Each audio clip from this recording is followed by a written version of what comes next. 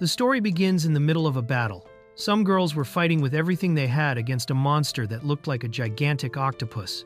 One of the girls even says that her sword was doing nothing. At that moment, the mage decides to use magic to try to do something. But right then, a man suddenly jumps on top of the monster, saying that those monsters need to be struck at their weakest point.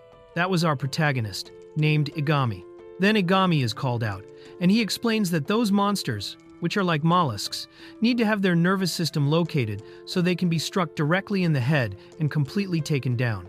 After landing a direct attack, some of the girls feel disgusted, until one of them says it is time to settle everything once and for all and not rush into a direct assault, because she is sure Igami has some kind of plan and that now they should simply buy enough time for him.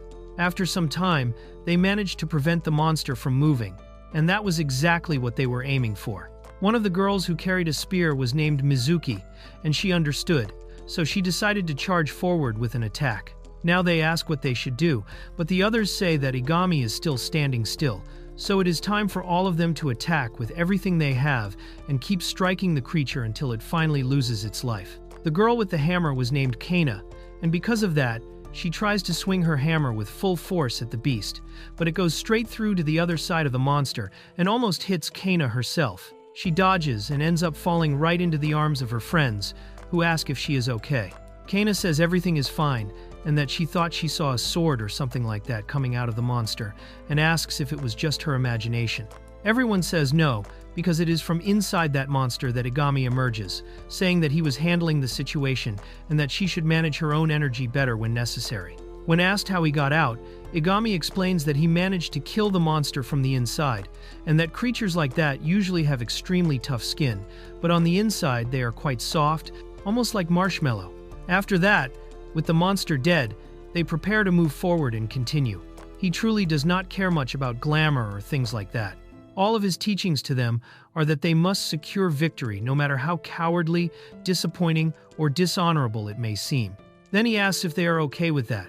The girls smile and say that adventurers need that mindset to survive, and that it is what he has been trying to tell them for a long time.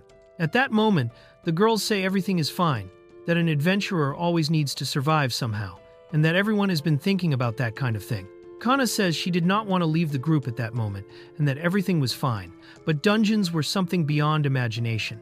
And now, that was no longer the case. Everything happened about 20 years ago.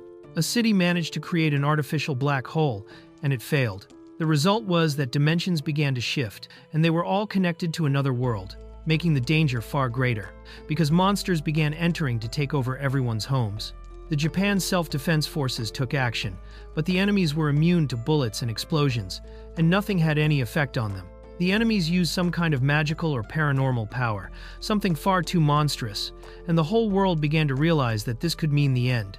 Then came the awakened, people who had certain aptitudes.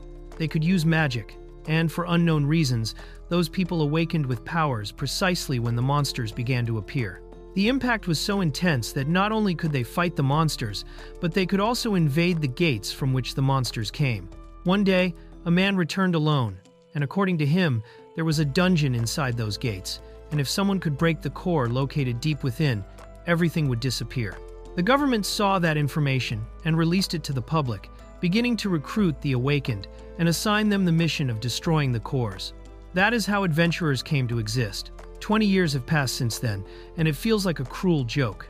Igami awakened as an adventurer, and among his friends they were questioning why they needed to report the attack from that day. They could have done it the next day, but it was something that had to be done immediately. Things have been getting heavier and more complicated for adventurers ever since. Even so, they had been working on that request for months, and it was finally over. The end was near, and all that was left was to see it through. That request made people think, because it had started to become extremely difficult. Igami is 35 years old, and he confirms that his friend is 41. Those who were adventurers had to complete a final call given by the government every 5 years since they awakened. There was no choice but to follow those rules. Of course, there were benefits to being an adventurer. The pay was very good. They did not need to wait in hospital lines. They received discounts when buying a house, and dealing with banks was much easier. Aside from that, life was always on the edge, but obviously it paid very well. Even the lowest-ranked awakened could earn 10 million with just a bit of effort, and the question arises whether that was worth putting their lives at risk. On top of that, there was no fighting against age. Not only was the body becoming less capable over time, but it was also rare to find an awakened in their 30s. It was natural for the awakened to be born with stronger abilities, but that was impossible to compete with, since children always had more room to grow and improve. Igami's friend asks about his contract, and he confirms that he has 3 months left on his mandatory term. Every 5 years, the government issued that call, so people began to refer to it as a contract. In their group of 4 people, the other 3 had already completed theirs, except for Igami. Since they were adventurers, they were on the same team. Igami's friend asks if he cannot just finish his contract soon. They wonder if he could go alone, and Igami is shocked, asking if going alone would not be the same as committing suicide. But his friends say he has that thing, and with only 3 months left, he would probably be fine on his own. Igami says it is not funny, and then a girl shouts from the other side. A woman tries to explain something to a girl who, at that moment, was Kana, asking why she was saying that. The girls tell Kana to let the woman finish speaking, and she explains that it means from now on they cannot manage things alone. As adventurers, 3 dungeons had appeared simultaneously, and they were still under their guild's control. They needed to send many adventurers together, so they could not simply separate a few for a while. Igami starts thinking about 3 dungeons at the same time. Obviously, with 3 dungeons, they would ask for help from everyone they could, and in that case, they would not be able to go with all members that day. They said they needed 1 more person, but the government could not afford to pay someone else to join. Igami's friend asks what he was staring at, joking that his aging eyes were stealing the beauty of a schoolgirl. Igami tells him not to be ridiculous, that he was not looking at them but thinking about the 3 dungeons that had just been announced. His friends say they were already making good money with their regular dungeons, and the new ones appearing were very dangerous and not worth risking his life. Igami's friend asks if he is really living an adventurer's life, and at that moment Mizuki looks directly at Igami. They exchange glances, and Igami looks away. Meanwhile, his friends are thinking about how they managed to reach their monthly target, so they could relax a bit. They say they will take 2 weeks off and meet again after that. Mizuki approaches Igami, apologizing for overhearing their conversation, but Igami's friend says there is no problem. It is not like they were discussing government secrets. However, there was something they wanted to ask. She asks if it was their raid day and whether they could accompany them on their final request. At the end of that, his friends begin to think, and one of them answers that he already knows their response, that he always puts their lives on the line because of those dungeons, and that they cannot accept right now. Mizuki understands, and at that moment one of Igami's friends says they are stepping back but understand the girl's situation. They needed help with one of the dungeons near their school, and they needed 4 people, but they only had 3 at that moment. In fact, they had another important member, but the girl had fallen ill. They ask if they could not wait until she recovered, but they say they cannot because their exam is in 3 days. So, they cannot afford to wait. Their friend was not showing signs of recovery yet. Igami then asks if she will fail the exam by going with them, but actually she will not, since she simply belongs to the team. Besides that, there would always be people who could help, but the other 3 girls look at them with a very sad expression and ask what they should do. The friends gather together, saying they couldn't just find someone else for them. They say it didn't have to be them, but that it would still feel very wrong. However, if those girls ended up dying because they couldn't find anyone, or if someone took advantage of them like what had happened before, they look back at the girls again and return, saying that he really has no choice. Igami says he didn't want to think about that kind of thing and that it would always be fine for him. If they simply let them be who they are, they should be able to agree with each other. But at that moment, they ask if they can say what their specialties are and what their rankings are as well. Mizuki is a swordswoman of a special class. Kana is a first-class soldier, and the other girl is also a first-class healer. The men are startled by the special class, because special class makes up less than 1% of adventurers. They are prodigies. She was supposed to be a heroine, but since they decided based on the fact that they were still students, it was extremely dangerous. That was nothing to them. And yet they were struggling a lot and even had to ride bicycles. There was also a very long distance between the 2 places. Igami says none of his friends, nor even they, are at least 3 ranks below the girls, and asks if that is really okay. They say yes, but they soon start thinking. They just wanted 1 more person to increase their numbers, to increase their overall weight as well, and that was simply it. But there was 1 more thing. They ask if they are first years, and if it is their first time in a dungeon. And yes, it takes them a moment to realize what is being asked, and one of Igami's friends starts thinking. Igami wonders what they are thinking, until they exchange looks and call each other over to talk. But the man runs off right at that moment. They say they will help, yes. Those two friends wonder if they are going to see something, but one of Agami's friends says he has a condition. He says it isn't a big condition, but it is necessary, and he asks if, instead of helping only with those dungeons, they could hire the guy for 3 months. She asks if it is the person they are borrowing, and the man says yes, and that he knows about the contract. They became victims of a dungeon only because they were obligated because of the contract, but one of them still hasn't finished his own contract and still has 3 months left. So if he can finish before those 3 months, even better. But Agami tells him to stop and grabs his friend, saying he shouldn't just decide Agami's life for him, though it was also a good idea. Those girls are first class, and they are still third class. Agami tells his friend not to get ahead of himself and says he is just going to get Agami kicked out like it's nothing. Kana says she didn't like the way that guy was, but you can't judge a book by its cover. Still, it was 3 months. They weren't serious about tying their lives to a guy who was always ambiguous, but it wasn't like they could say anything different about the girls from other people's point of view. Besides that, there were other free members in the guild, so anyone could have been asked. There was no difference against that old guy. Mizuki says it is exactly as they said. Going into a dungeon can cost you your life, and nobody would just volunteer like that.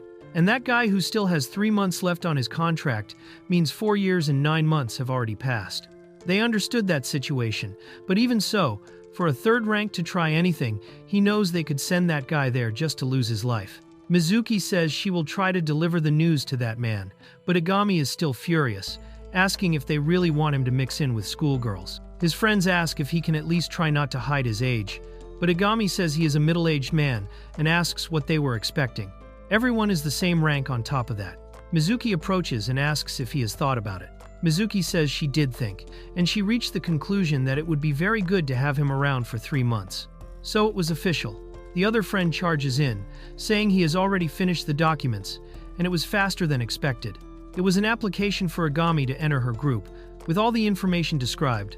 Everyone is kicking Agami out at that moment, and they have already removed him from the team. And they also ask whether Agami wants to go alone. He has to decide everything so fast. At that moment, it was only a matter of taking some time, because he was still a very old man. Agami ends up punching his friend in the face, and then Mizuki asks if everything is okay. She seemed like a good girl, so at least their firepower would be fine, so there would be no problem being alone. Agami ends up signing the contract, saying he feels like dead weight to his friends. The girl asks for permission to speak, and Agami asks what happened. She only wanted to say that they were very happy and excited to work with him, and Agami says he felt the same. Then it was time for introductions. The leader's name was Mizuki, the other one was Kana, and the healer was named Yuzuko, and she was very happy to work with Agami. Agami introduces himself too, and technically he is thin, but he is more like a third-class commander. He was also there voluntarily to help them with whatever they needed, and he would be very happy to have them around. The whole time, Agami is wondering how things ended up like this. Why does he have to go into dungeons with schoolgirls for 3 months? Even after Agami introduces himself, he says he volunteered to be their ally and is very excited to work with them. Kana says he really is a third-class person, and that voluntarily is what he says, so that means he really might have been dead weight. Agami says she went too far, and Kana asks if he has something to complain about. Agami asks if she thinks people of his class can't do anything, and asks if she is stupid or something. He warns that they would be dead if he couldn't even carry his own weight, and he asks who she thinks he is.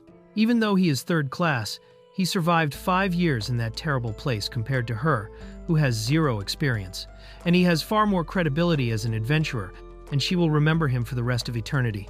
At that moment, silence hangs over the area, and adventurers around them start talking badly about the girls. It seems they were rookies with pride that was way too high, and then they say that everyone who goes into dungeons will have their moment, and they say Kana should probably apologize. Agami says he ended up losing a bit of his composure at that moment, and then he says that, either way, nobody needs to worry about him. He probably needs to stop saying those things in front of other adventurers as usual, and it was simply a completely unnecessary commotion. People talk badly about Agami too, and then he asks where they are going and what dungeon they are heading to at that moment. Mizuki asks if the protagonist is okay since he just came back from a dungeon, and since they were beginners, everything would be fine. She points on the map to where they were going, and it was basically a place full of goblins, and she asks if it is their first dungeon and whether that is okay. He explains that goblins are really ugly people, small, vile creatures, and terrible things, but they are intelligent, like 4-year-olds. Kana asks if this is the time for trivia. Igami says he didn't realize they were aware of the situation and apologizes for doubting her. Things were really starting to get complicated. Igami should try his best not to push the girls into that kind of thing. Besides, for a novice to deal with a dungeon was really difficult. And then Mizuki asks if it is okay for him to just move forward. So they sit on the bus and wait. It was very far from one another, and silence filled the air. Igami wonders if things weren't getting easier and easier. She didn't even measure her words against him, and she wasn't going to play the nice girl act with him. Igami understands the situation and thinks he should let things be like that for a while. At least by luck, the team was very balanced. 2 fighters, plus 1 healer. Besides that, in the middle of that situation, the 3 of them could be fighters, and he could definitely be left aside. Then, after some time riding the bus, they finally arrived at the entrance. It was the dungeon. All those ruins were complicated, and the gates could appear at any moment. Yuzuko asks if their goblins really weren't enough for them to be that strong. Igami explains that they are as strong as children and weak enough to be defeated, but nobody wanted a neighborhood that was too noisy after all. And in the middle of that, Mizuki says they were complaining about places and people, and that was something taught in school, but that was the awakened people's problem. She gets serious, and Igami approaches the girl and asks if she is okay. Thinking too much about those things could cause problems in her movement when it comes time to fight, especially since she is a novice. The first thing she should know is her own capabilities. Kana approaches and says Igami is too close and that he is always talking about experience, about anything. So it was time to prove what experience really means. Igami apologizes and asks what all of that was, since she herself said Igami was only being dragged along with them. Kana replies that it's not that she says he was just too relaxed about doing the rest of the things. Yuzuko apologizes, and she approaches Igami, trying to talk about her friend, saying they are only worried and that they don't want to be disrespectful or anything like that. Igami says he understands everything they are saying and asks if he should show them a bit of experience, because he will do that as they become a more perfect team in the future. Meanwhile, Mizuki approaches and says they don't need to prove anything to anyone. That was an exam, and after that they would be able to see how far they could go with Igami. Igami explains that this was not the kind of exam that required extreme coordination, or whether they were just temporary team members at that moment. Besides, dungeon formations were not against the rules. Igami was thinking that this was part of the test. He sighs deeply and then asks about the position of the girl who was not with them. The girl was a first-grade mage, and it would not be a problem if he lent a hand. After all, he was 3rd grade, so he could handle things on his own, and they would not need to worry about anything. They should simply focus on putting all their training into practice right then. After understanding what Igami meant, they decide to enter the dungeon. The place was a small cave, but it was still lit. It looked like something standard. He then asks Yuzuko if she can handle the light. After pointing forward, they see it was a very long path and wonder how to deal with their backs. They would not need to worry about surprise attacks, so it was time for everyone to move carefully along the cave path. Everyone was prepared in case something happened, and after walking a while, they began descending. Soon they stop at a fork in the path. Mizuki looks ahead and sees monsters appearing.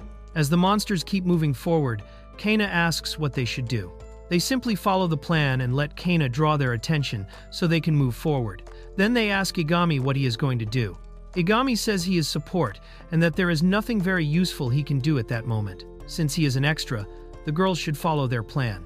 Mizuki charges forward together with Kana. It was time to see the 2 of them in action.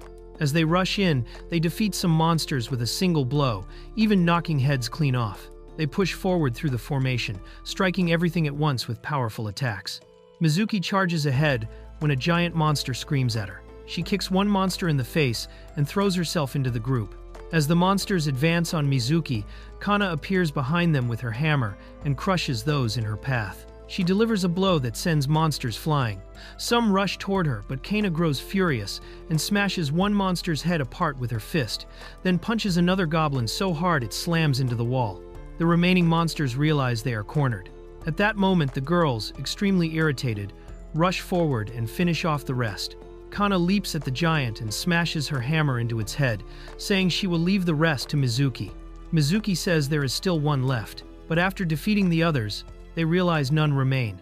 It was easy. In the end, they did not even need help. They smile at each other. Yuzuko approaches, saying they did a good job while she used her light to illuminate the path. Igami says they advanced without proper light and that he does not have the best eyesight, so he could not see clearly.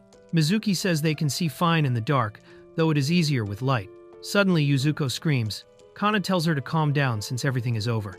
But when Kana looks back at the destroyed monsters, she confirms it is finished. Yuzuko collapses to the ground, nearly vomiting, saying those monsters were people. Igami explains that goblins are humanoids. In the heat of battle, killing them is simple, but once you calm down and shine a light on them, they do not look very different from human bodies. Seeing the goblins like that forces them to question whether they have killed before, because now it is right in front of them. Mizuki asks if goblins are not people. Igami answers that they are classified as monsters. They are as intelligent as human children. They have relatives, children, friends. The goblin they just killed is not so different from killing a person. Mizuki trembles at the sight of the bodies, saying she only wanted to do it for humanity's sake. She looks at her blood-covered hands and collapses, nearly vomiting. Kana jumps at Igami, accusing him of mocking them and asking if he hates working with them or wants to be expelled for saying such nonsense. Igami notices Kana is trembling. He says he did not mean to be cruel. He only took this job to finish his contract. Kana asks what his problem is. Igami says this is important. This dungeon is known as a copper dungeon, so humanoid monsters are natural here. If they freeze in battle, they will die. He knows it is harsh, but they must understand the nature of their work. Life should not be treated like a party in a place like this. No matter how much they hate it, killing creatures is part of survival. Igami was not wrong. Usually, beginners start with less human-like monsters. He knew when to stop pushing them. There is no use crying over spilled milk. All they can do now is move forward. 2 hours later, Igami stands outside the dungeon with them. That was enough for today. Mizuki thanks him, saying they are fine. Igami asks if she should rest more. She insists she is fine. Igami asks what they think about killing beings like that. Kana grows angry again, but Mizuki says she understands the issue. Igami explains that when he first started, he could not recover for 2 days after killing stray dogs. Facing blood for the first time and nearly losing your life leaves a mark. Seeing monsters you once killed feels different once the adrenaline fades. The fact that they open their eyes so quickly is impressive, but Yuzuko cannot. She is still terrified. They promise to protect her. She is a healer, she cannot freeze in danger. Healing is essential in a dungeon. Yuzuko understands. There is someone she wants to help. If she gives up now, her friends might die. Kana tries to step in, but Yuzuko says she is fine. She wants to protect everyone too. The girls embrace. Igami tells them to forget what he said earlier. They are beginning to understand each other. Kana always puts herself in front to protect her friends. Igami thinks she should talk with them later. To him, that conviction is everything. He says they all have their own strength. He is surrounded by talented girls, and it will not last long if he keeps acting like he has been. He asks if they should continue into the dungeon. That is exactly what they want. As they move deeper, Igami walks behind them. He suddenly tells everyone to stop and asks what they learned in school besides basics about exploration and techniques. Did they learn about traps? He calls Kana gorilla, and she becomes furious, moving toward him. Igami raises his hand and tells her to stop. He just saved her. Right where she was about to step was a basic trap. If she had taken a few more steps, she would have triggered it. Even if she could heal afterward, there was no guarantee they would pass through safely. And then Igami decides to show one of the scars on his arm, which was very large. That was from half a year ago, when he was forced to become an adventurer. He had been excited, underestimated the dungeon, and ended up caught in a trap. He had a healer who managed to treat him, but the job wasn't enough, so it became a permanent reminder. There were still many dungeons ahead of them, and somehow miraculously they had managed to get through all of them so far. That kind of luck wouldn't last forever. If you didn't want to step on a mine, you had to stay on guard at all times. The girls said it was fine, but he said that wasn't the point. That wound really came from being hit by a monster, because he was weak. Kana got angry at the insult, and then Igami told her he should be more careful with his words, because it would give him a terrible headache, so it was time to do it. From now on, he would always act like the front line. It wouldn't be a problem if he could prove his own strength from here on out. Kana tells him to do it then. He is probably weaker than any child. At that moment, she is talking about the girl who was sick, because she is a mage too, just like Igami. Obviously, he would try to be a good match for that girl. So he creates water. He is third class, after all, there isn't much he can create like that, but it's enough to watch. Third-class adventurers are made for that. He was trusting the back line to make sure the healer stayed protected. So they start walking deeper into the dungeon until they find a line of monsters coming their way. He tells them to get ready for the attack that's coming. Then Igami throws a water bubble at the one in front, stealing its breath, and he destroys the monster with a decisive strike. The others notice something coming from behind, so Igami throws another water bubble at a different monster and destroys it again, and he keeps doing that for a while. Then two goblins jump at him from behind. Igami spins around, unleashing his water power, and when he steps on the ground, he feels it crack beneath him. Igami throws himself backward, and the monsters rush forward. But when they step on the ground, they fall straight into Igami's trap. He stomps on one goblin's head and destroys the other. When it's over, the girls are behind him just watching, saying it's incredible. That guy was constantly dealing with surprises. So he wasn't fighting head-on, but it was probably the right way to move through a dungeon, minimize losses, and always be ready for the next battle. The lines from the book Igami's fighting style was basically the one that followed the rules perfectly. It was an efficient and methodical approach. He draws the girls' attention, warning that one slipped past him and was heading straight for them, and he sounds nervous. So the two prepare. It wasn't different from killing a human. Kana charges with her hammer and misses, and the monster slips past them and rushes toward the healer. But at that moment, Mizuki attacks the monster in front of her with everything she has. In that instant, she thinks it's no different from killing a human, and after the monster dies, Mizuki releases her sword and drops it to the floor. She apologizes for not being able to stop it so quickly, and says it's fine. After thanking them for saving her, she's stuck in a mental battle, and Igami tells her she did very well and that he has a suggestion for them. It's time to stop for today, and they say it's fine. Then they leave the dungeon and continue on their way outside. When he gets home, Igami starts taking off his clothes and getting ready to clean up. After reaching the living room completely naked, he receives messages on his phone saying that it was wonderful. So he decides to take a shower, grab a beer, and start drinking alone. He thinks about his friends, because it really was something wonderful. He can't exactly invite schoolgirls to drink with him, after all. He receives a message from his friend saying he's going out drinking since he has nothing else to do. After reading that message, Igami gets irritated and starts getting ready to go out. Then, when he opens the door to his house, all his friends are there, completely wasted. They were celebrating their graduation from events, so they shouldn't have been there. Either way, it was a celebration to form a new team, and it was time to start the second round of drinks. They barge into Igami's house, and he's irritated, asking what this is supposed to be, and whether they ever feel guilty at some point. Igami was suffering in the middle of a mess, dragged in by his friends. Now he was trying to stay optimistic, surrounded by people who were interested in the situation. After all, Igami's friends were 41 years old. Things were getting harder and harder. Even if there were only 3 months left, it wouldn't be enough time to stumble into danger with those guys, and he thinks Igami can understand that whole situation too. Even if he understands, he was simply placed on another team. On top of that, 2 of them are first class, and the other is special class. That was basically a risk waiting to happen. But that doesn't mean there aren't problems. They wanted Igami, a 30-something uncle, to work alone with girls younger than him. Besides, it wasn't rare to spend calm days deep in a dungeon, and he thought he might even lose it just from looking at receptionists. They say that was a legal problem, and Igami tells everyone to shut up. The other girl was special class. It was basically telling Igami to go and get himself killed, so it was time to calm down. Everyone knows a third class like him can't do anything anyway. They ask how things are going. They don't mind if he uses his abilities for real. Igami was probably holding them back, and surprisingly, it seems they don't have psychological issues either. So he ended up putting them face to face with goblins in the very first dungeon. They say that was kind of dangerous for young girls to deal with. They just said they were ready for it, and that it wasn't the same as just practicing. Besides, they cried a lot after killing some monsters. Seeing life end on the battlefield, there's no way to learn that most important lesson, just by training. After recovering over the hours that passed, they returned to a dungeon and started defeating monsters again. That was incredible for school students. It was exactly what Igami said. They were doing very well and didn't need to worry, just focus on training. They were probably the type who would become heroes. Girls pulled out of the ordinary line were girls like them. Besides, it was a warning that he was working with heroes, and who knows, maybe he could secure a very good item anyway. They ask if the girl got an item on the first run.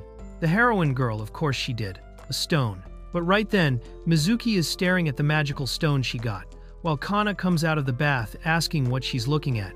It's a magical crystal. It's not something Kana likes, much jewelry doesn't really suit her. Then they ask Yuzuko what happened. She remembers it was taken from the body of a goblin, and there was nothing they could do about that. Then she remembers what Igami said before they returned. They almost forgot something. The most important thing in adventuring is collecting materials. They learned that in school they should look for materials. So Mizuki says she will do it, but not to misunderstand, she doesn't want to make the girls do that kind of thing. But there's no way around it. Igami simply tells them to skin the goblins after the shock they went through. Killing goblins was their first time, so Igami will do it. He already said before that there isn't really much good to take from goblins. Magic stones can be useful, and the most important thing that can always matter in an adventure is right there. Her first reward, a magical crystal. The girls should be protected by human society, so she should think of it like a medal for that. There are still many things they need to reach, and they can't forget that. Mizuki thanks the protagonist, saying it was an experience. It could be sold for the best price possible. He would keep dodging it, but sooner or later, the girls would have to do it themselves. So for now, he could keep an eye on them and help them sell it. Selling materials is something that can truly be good for adventurers, so it would probably be good for them. Kana says she will probably sell it and asks Yuzuko who would do the same, but Mizuki wants to keep it. She wants to keep a memory of their first adventure, and that's fine. Everyone does what they want with their first adventure. They ask Kana how it was, and she says it was the worst. That old guy calling her a gorilla was terrible, treating her like an idiot. There are still 3 months, and she still has to deal with that. Kana gets angry and says they should just kick him out once and for all. But Mizuki says they can't do that, because they were the ones who asked for that guy. So nobody can do anything about it. Besides, they can just rely on him to collect all the materials. Kana says she can do that on her own, but it's still 3 months. 3 months they have to get through. They start leaving the living room, and Mizuki keeps staring at the magic stone. They learned a lot about that kind of thing. Meanwhile, Igami keeps drinking. His friends already start falling asleep from drinking so much, and some decide to leave his house. Igami asks if they can stay, but they say they didn't tell their wives. And even beyond that, they have something to do tomorrow. Igami asks if they've decided what their next job will be. He's had a few conversations about what they're doing. They were thinking about messing around a bit out there. After a few months, it would be Igami's turn, and he couldn't die before that moment. So his friends leave, and Igami goes back home, while Mizuki is still there looking at her magic stone. After that, Igami is at home working out when someone gets his attention through his phone. When he answers, he realizes it's Mizuki calling. She apologizes for showing up so suddenly and asks if he could go to the school the next day. Igami asks if something happened, and she says people really have been saying they were in danger and that there are doubts too. It still seems that some of the dungeons for the test are supposed to have traps and goblins and a few other things like that. Igami says that's meant for novices. So they started doubting things because they could tell something was off without problems. Igami sighs deeply and says that if it would become a problem whether he showed up or not, then actually it was nothing. Still, Igami ends up setting a time. In that case, it would be around 3 in the afternoon, and they would leave at the outer gate. So Igami is there waiting. They were supposed to meet there. It had been a long time since Igami had shown up there, 4 years already. The teacher used to say they expect nothing from people who arrive late. Besides, they always need adventurers. He basically sent them to die in dungeons so he could pray. Igami was only a third-class adventurer. Even warriors who are strong and professional athletes can become stronger with practice. But there was a limit to what third class could reach. Enchantments are more efficient now, but they barely give any advantage to low-ranked mages. Besides, they should just give enchanted weapons to soldiers and leave third classes like him alone. A student approaches Igami and asks what he thinks he's doing there. Igami turns and asks if she's talking to him. She says it's a school session and adults aren't supposed to be there. She asks if he is a relative of a student or something like that. After taking a good look at the girl, he says he graduated from that school and came because he was called here because of a student. Then she asks which student. Igami says it's Mizuki. Right after that, the girl is startled. Then she says if Igami graduated from that school, he must be an adventurer, and she asks to see his adventurer card. Igami hands it over, and she gets angry, saying he is third class. Igami asks if there's a problem, but for a girl to associate with someone like him, there must be something Igami has. Her emotions spill out. Maybe it was intentional, and it was that again. The consequences of rank were something Igami always felt, but it definitely didn't feel good. Right then, he feels it again, and the girl asks why he is there. Igami answers, but that's not what she meant. She wants to understand the reason why Igami would meet with her. The protagonist says the girl has nothing to do with it, so there's no reason for her to be involved. But she says a third class like him shouldn't be around a girl who is special class and has so much talent to go higher. Her group has nothing to lose in this world, and a special class like her should be with that girl. Igami asks if she simply doesn't want anyone like him near Mizuki, but he won't say that. Mizuki is free to decide who she associates with, and if that girl thinks she's right about such things, then she should just join Mizuki's team. The girl asks if Igami won't leave Mizuki's team, and he asks why he should do that. But the girl says she doesn't want to use this. Yet she is the daughter of the minister in charge of adventurers. Igami asks what that has to do with anything. His adventurer life doesn't bend to her father's words. She can do what she wants. In fact, he is a late awakened. He works as an adventurer for a mandatory period, but it's becoming very hard at his age. He still has 3 months before he can do whatever he wants. If he quit being an adventurer, it would help him a lot. At that moment, she tries to slap him hard, but Igami dodges. Now she asks what's wrong with him if there's a problem. Igami really wants to stop being an adventurer. She only needs to think straight. Those dungeons should be left to elites like girls like her. She should have the right to live quietly. Right then, the girl says she can't talk with him, and Igami just smiles. She starts walking away, until she bumps into another girl, Mizuki. Mizuki looks completely confused. They stand up and apologize because they weren't paying attention. But when Mizuki reaches out her hand, the girl hides behind Mizuki. Her name was Abe, and she didn't seem to like the girl who was talking to Igami. Then she runs off, because she only wanted to apologize, and that's how she hides behind Mizuki. Mizuki notices the protagonist is there, and she realizes Abe truly hates her. Mizuki apologizes for the inconvenience she caused today, and says she should be more careful about the people she socializes with. Right then, Igami looks back at the girl who was hiding. She steps away and apologizes for the intrusion. He says it's fine. Then he asks who that girl was. Mizuki says she was the friend who had been resting during the expedition earlier, Abe. Igami asks if that was the girl from before too. Mizuki says yes. The other girl's name was Asuka, and she is a student council member. Then Mizuki asks if Asuka said something rude to Igami. He doesn't even know where to start. After he explains everything, they enter the school, and Mizuki apologizes for what happened, saying she honestly thought it was a hopeless case, but there's no need to worry. She says Asuka isn't a bad person, she just seems very serious. And from what she said, it's easy to understand she has personality issues. Then they ask Abe what happened between her and Asuka, and why they were running. But Abe simply says she hates her with all her strength. Igami wonders if he stepped on a landmine, and he doesn't want to say something terrible. They say the girl doesn't have the kind of personality that would take it seriously. Someone with special talent can end up with motivation problems. That was the problem with people in Mizuki's group. So Abe ignores Asuka and starts saying no to everything she says. At that moment, Igami understands perfectly what he has gotten into. Abe says where she puts her effort, or who she decides to form groups with, is her own problem. But it's not like Asuka is a bad girl. They just walk their own paths, and that can cause trouble for everyone. Besides, it's natural to dislike someone who always tries to talk like that. Since they were doing dungeons, they couldn't really say much about her, and that was fine, because it was their freedom. Abe says Igami understands, and she says he was a big help. Igami tells her not to worry. Mizuki notices the two of them are very similar, and then Igami asks Abe where they're going. But Abe has no idea where she's going, so they head to the teacher's office. There they meet a teacher, and Mizuki introduces the protagonist as someone they brought to help them. After introductions, the teacher says she is responsible for those girls, and that it's good to meet Igami. The teacher says she already heard about him directly from Mizuki, and that it's great Mizuki met someone with a lot of experience.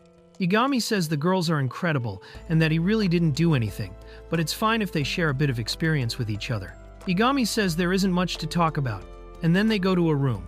The teacher asks the students to leave, because it's a conversation only between the two of them. Igami asks if that's okay, and whether the interview is about the girls' test or something like that. It shouldn't be a problem. She says she will begin. She says she isn't looking to disqualify Igami and apologizes for the inconvenience, saying she just wanted to ask something about him. The teacher smiles while handing Igami a coffee, and he asks if there's a problem with her lying to bring him there. She says she has to watch a special class talent carefully, because that is her job as a teacher. Besides, with the direction the world is heading, special classes are extremely important battle assets. Then she asks whether the gate is ready to be destroyed, and whether that is correct. And that is exactly what Igami was thinking. He wanted to explain methods to destroy gates from the beginning. Now the number of gates is increasing, and the gates being destroyed are not keeping up with the ones being created. Humanity remains in trouble, even after those 20 years. Humanity always had a big struggle, especially with the special class being considered the most important. From now on, a third class like him doesn't need to worry, just survive and keep making efforts. Of course, those girls were still a bit problematic. So she puts it simply, they are very weak. For the sake of their growth, the rankings should be recommended, rather than having those girls go into extremely dangerous places. Igami asks if they really are being problematic, and the teacher answers yes. She says that even if she thought the Goblin Cavern could have been a failure, it was the best result she could hope for. It wasn't only about the girl's ability results. She believes she should thank Igami for that, and she would like him to lend a hand in monitoring the girl's development. Igami asks what that means. At that school, they have a mentoring program where someone accompanies students on dungeon expeditions to help them gain experience. They have a department for it, but they didn't want to force Igami to do it. He already has a contract with the girls, so it should be easy for Igami to say yes. It was simply that he met those girls by coincidence, and that should be considered a miracle too. She pulls up a newspaper article on her phone and shows Igami that it has his picture. She apologizes for the invasion of privacy, but she had to do some research on him. She was sure he was third class, but there are some things he has that special class doesn't. At the very least, he did a good job, and nobody could say otherwise. Since she wanted to ask Igami to be the girl's mentor, she needed someone who would never drink more than Igami. That was the job. She rubs her head and says he was planning to quit adventuring as soon as possible. Everyone heard that, and, if possible, she wanted to ask him to help for at least 1 year. And if he doesn't remember that moment, she apologizes for bringing it up. But because his class and ability are third class, he doesn't earn much money. Igami says that's true, but bringing that up out of nowhere, he asks what she means. They were preparing to reward him financially for the help he was providing. Obviously, they would pay him not only for accompanying them in dungeons, but also because his rank could increase individually, and because they would be testing the group's performance. He would be an additional bonus. Then she tells Igami the salary they are offering, and he is shocked, because that salary is much higher than what first class earns. She says it's an extremely interesting offer, and Igami starts thinking. The teacher asks how he feels, but he says he can't, because he decided he would leave them all in 3 months. He decided that as a fact, she apologizes for that. Besides, clearing those dungeons was supposed to be practical training for the girls, so she would make the most of Igami over those 3 months. But he wanted to confirm one thing. Would there be any theoretical classes or something like that? She says it would simply be practical sessions. He is glad it's that kind of thing, and he definitely should clean it up. She recommends that Igami participate in battles and activities related to that. It would basically be practice for him too. Besides, he could use the school facilities to train the training machines, research, equipment, anything like he were a student. He could simply do whatever he wanted. So Igami ends up accepting the job, and the teacher is excited about it. To be honest, she was completely lost when she ended up with a group of first-class girls like them. Someone like him, with a lot of experience, could help a lot with that. But Igami says he is third class, and this kind of thing should be for special classes and people more important than that, about how they should use their powers correctly. And it's better because he is third class. First class and special class adventurers use brute force however they want, and when things go wrong, it shows they have problems with experience. But Igami is different. He has experience to face danger and prepare for it. So if he survives as long as he wants, as an adventurer, that development will come with many skills, and that's how he will reach the future he wants. He thinks about it, and the teacher says there is an exam where he shouldn't hold back his true abilities, so he should keep that conversation secret from the girls. And in the middle of that, back in the past, she started taking a better look at Igami. That's why he's called a fake relative now. Making him their mentor was something she couldn't just drop, but she would keep the school's financial support to Igami at a distance. Then she stands up and gets his attention, saying she would leave the girls in Igami's hands, and he agrees. So things were decided. From now on, he could take a full step forward, and Igami understood. When he leaves the room, the girls are there waiting. Igami asks if they were waiting there the whole time, and Mizuki says yes, she was waiting. It was natural, since she had been following him the whole time. He smiles, saying she was very serious. Then Abe says she wants to come along too, so it's time to go. The teacher approaches and tells Mizuki that she approves Igami becoming their mentor. Mizuki gets excited, saying she already talked with the teacher before, and it was simply a matter of reading everything they wrote, so there should be no problem. There is nobody more appropriate than him. If there's any problem, they can simply cancel it. But Mizuki says it's fine, and thanks Igami for becoming their mentor. And it was far more than she imagined compared to the 3-month contract she made with him. Then she asks what Abe thinks, considering it's her first time meeting them like this and dealing with the test. He seems like a nice person. Besides, she has a feeling that if they let Igami go, the mentor they would get would be a very boring person. So they shouldn't talk about this with the other students. She looks at Igami, and Igami asks what's going on. She says Kana and the other girl were just at the gym. Then he thinks again about the situation. The teacher asks if they can show Igami where the gym is. And inevitably, after saying goodbye, they start heading to the gym, and Igami says it's a huge place. She asks if Igami wasn't from that school, and he says yes, he's been there before, but things were totally different. He didn't have much free time and never went to the gym, and it looks like a game is happening there. Igami watches the game and starts thinking how he should explain himself in that moment. Kana is playing against other girls. She's running everywhere, controlling the ball. Then she dribbles past another girl and runs toward the hoop. 2 other girls block her, but she takes a long shot from behind and scores. Igami realizes she's good. She uses a giant hammer, but she can still be even better on the battlefield. The other team starts moving the ball, but Kana steals it and charges forward again. When they try to defend, she makes a perfect pass, and another girl lays it in. So the game ends at 21 points. Igami understands. She is simply a great person to have on a team. She has a good eye for detail and can make people soar. She has consistency and team maintenance that she does very well. Igami should revise his opinion of Kana. Then Kana notices Mizuki and Abe nearby and says they made a good team.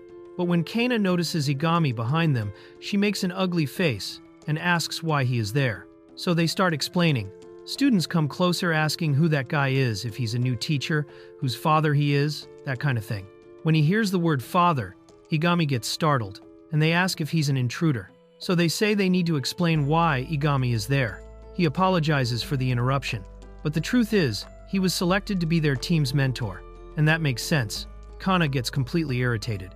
Then someone asks if this was decided a long time ago.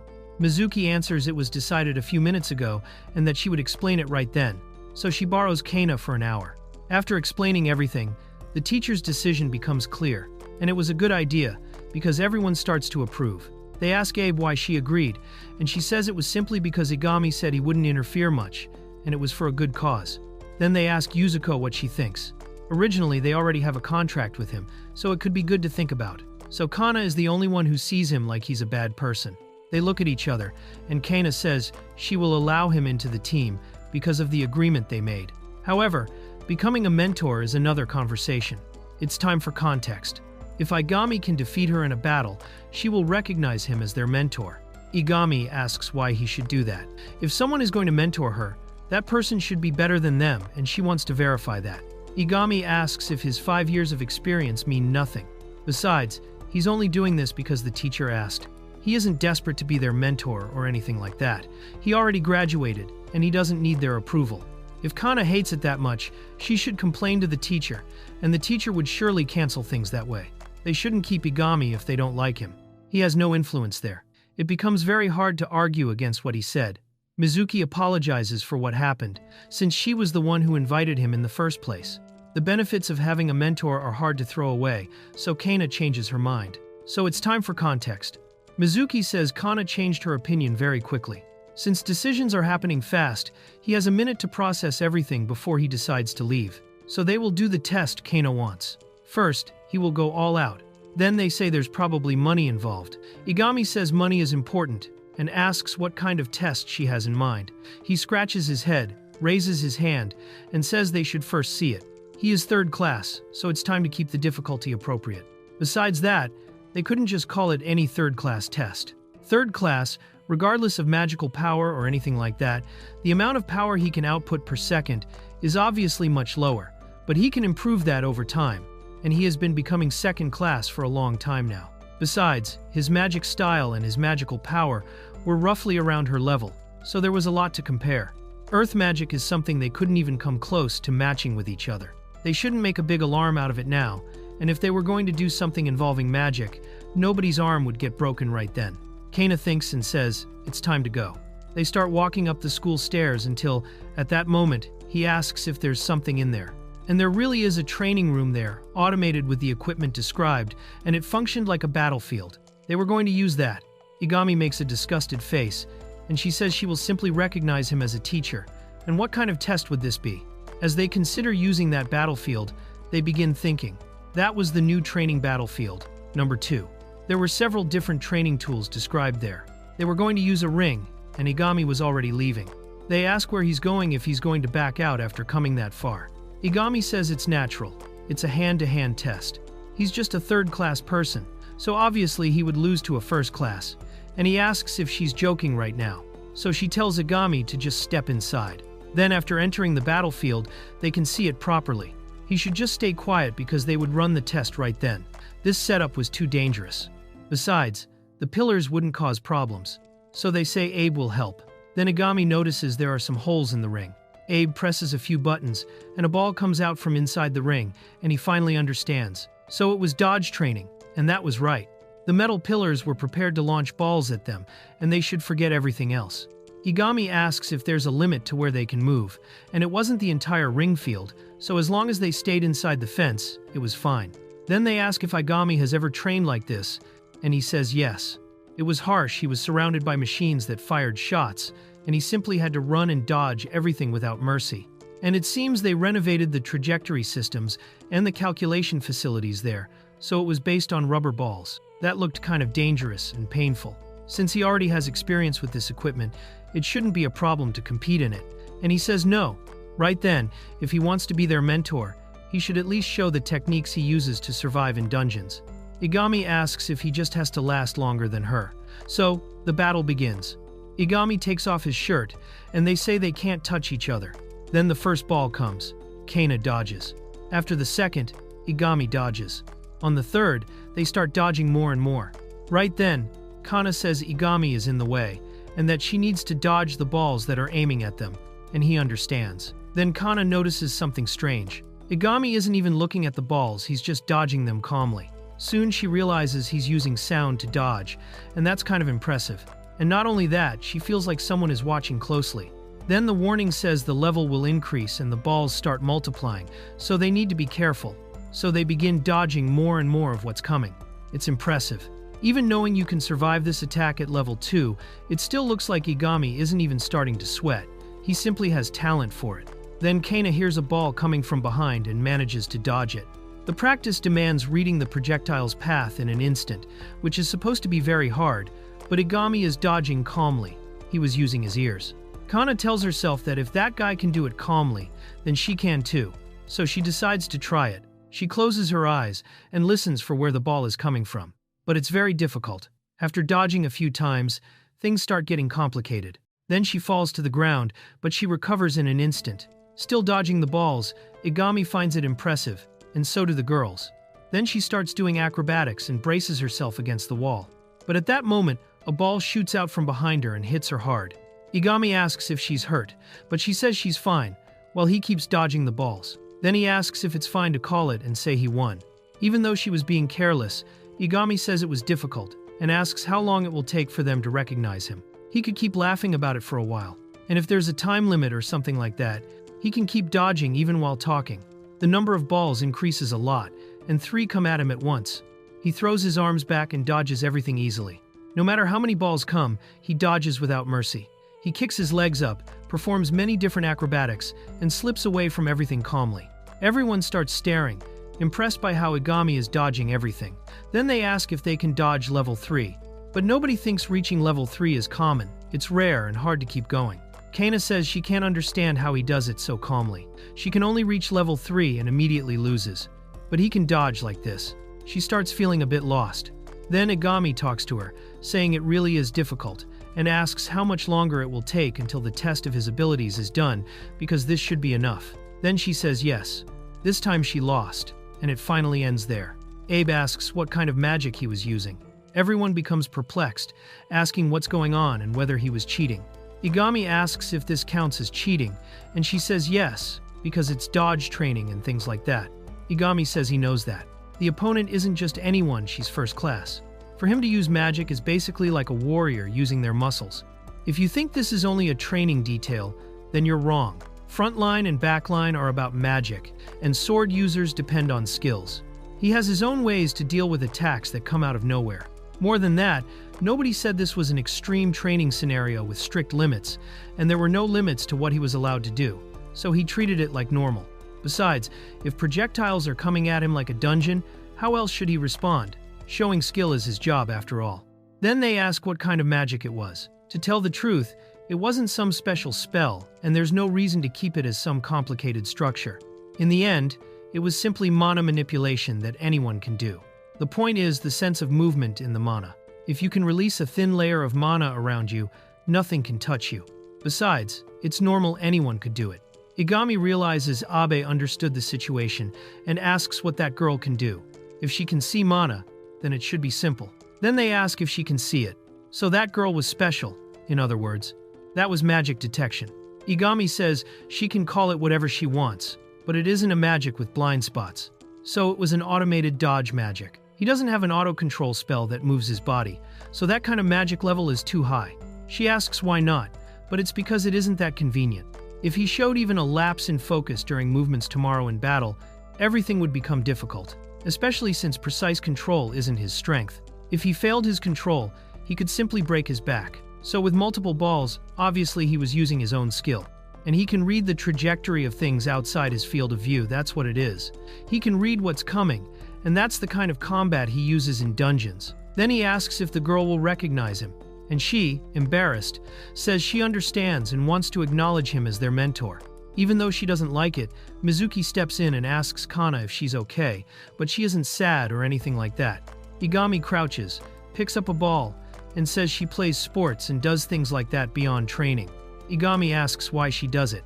Kana answers that she does a bit of everything, and she's excellent at all kinds of sports, so she definitely has something better. Her movement is different.